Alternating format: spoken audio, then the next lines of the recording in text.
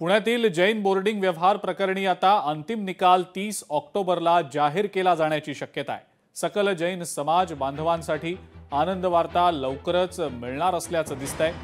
Jain boarding प्रकरणी धर्मादाय आयुक्तांकडून स्थगिती कायम आहे। जैन बोर्डिंग व्यवहार हा पूर्णपणे रद्द होण्याची शक्यता वर्तवली जाते। बिल्डर विशाल गोखले पाठोपाठ ट्रस्टींकडून सुद्धा हा व्यवहार रद्द होण्याची शक्यता आहे। 30 ऑक्टोबरला दोघांकडून प्रतिज्ञापत्र धर्मादाय आयुक्तांकडे सादर केलं जाईल। जैन बोर्डिंग परिसरातनं याचाच आढावा आमचे प्रतिनिधी अमोल धर्माधिकारी यांनी घेतलाय, आपण पाहूया। पुण्यातील जैन बोर्डिंग हॉस्टेल जमीन व्यवहार प्रकरणाची महत्त्वाची सुनावणी आज मुंबईत धर्मादाय आयुक्त यांच्या समोर झालेली आहे, ज्यामध्ये महत्त्वाचे मुद्दे आज समोर आलेले आहेत। महत्वाचं म्हणजे आता जसं विशाल गोखले यांनी या संपूर्ण व्यवहारातून माघार घेतलेली होती, त्याच पद्धतीने आता जे ट्रस्टी या HND बोर्डिंगचे आहेत त्यांनी सुद्धा माघार घेत असल्याचं सांगितलेलं आहे।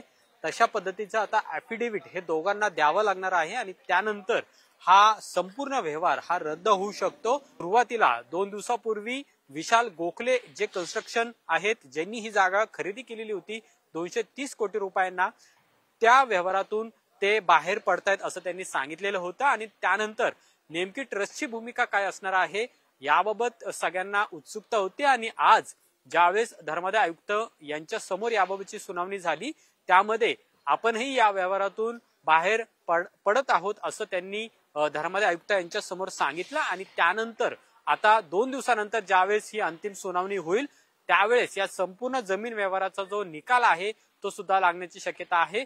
तोपर्यंत मात्र जोपर्यंत या संपूर्ण जमिनीचा व्यवहार हा रद्द होत नाही, कागदपत्रावर पुन्हा या HND ट्रस्टचं नाव लागत नाही, तोपर्यंत लढा सुरूच राहील असं सुद्धा काही वेळापूर्वी जैन मुनींनी सांगितलेलं आहे। आणि त्यामुळे जोपर्यंत न्याय मिळत नाही तोपर्यंत हा लढा सुरूच राहणार असं सुद्धा जैन मुनींनी सांगितलेलं आहे। पण दुसरीकडे आता ट्रस्टींकडून सुद्धा एक महत्त्वाचं पाऊल टाकण्यात आलेलं आहे आणि या व्यवहारामध्ये ते सुद्धा बाहेर पडत असल्याचं त्यांनी सांगितलेलं आहे। कॅमेरामन तुषार नानावरेसह अमोल धर्माधिकारी, लोकशाही मराठी।